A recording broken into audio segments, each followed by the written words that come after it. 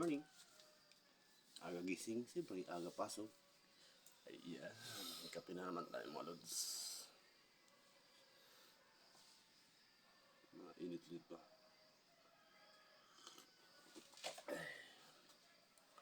Yan mga lods, kape tayo tapos maaga gumising, maaga papasok. Kaya naganda na tayo ng mga nakaredy na mga lods. Oras lang inantay, mga 6:05 ano pala, happy Sunday pala sa lahat. Ano pala ngayon? Sabado. Ay, kala ko linggo na. Minsan kasi may pasok kami na linggo, kaya minsan nakakalimutan ko yung araw. Sabado na pala ngayon, bukas pala happy Sunday. Ayan. Ano?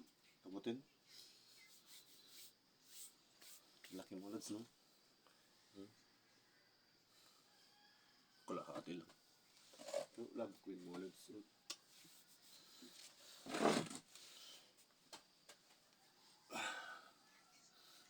Yan.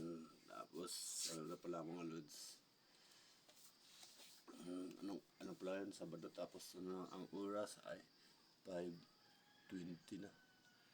5:20 ng umaga. Kaya maaga kami ngayon para maaga makauwi mo. Kasi may mga lakad yung mga boss namin. Yun, maaga. Diba? Yan si Mrs. Mag-isa lang naman dito. Kaya, gumanda siya lalo kasi nasa loob siya ng bahay. Nakikita mo, puputi na. Kung naman mga guys, lalong nangingitim. Minsan din na ako nakikita sa damuhan. Pag nagdaan ako. Kasi, nag-iiba yung kulay ko. Umitim na masyado. Diba? Lahat mga guys, no? Pero sa totoo lang, pugi talaga ako mga guys. Huwag lang pagkalat kasi nakakaya sa mga kapitbahay. Ayan. Pinawisan ako sa kape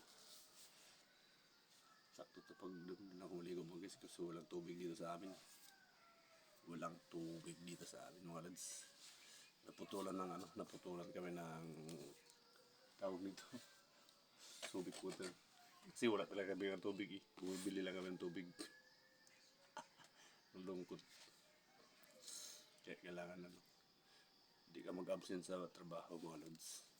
Ganyan ako kasi pag alright mga lods. Hanggang dito lang.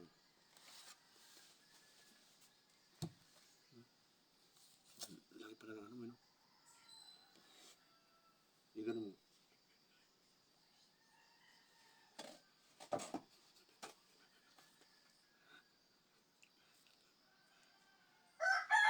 Malaking bukol yung mga lods. Mataba lang talaga sa chubby. Hanggang dito lang mga lods. Until next times. Good morning again. Bye-bye. Thanks for watching.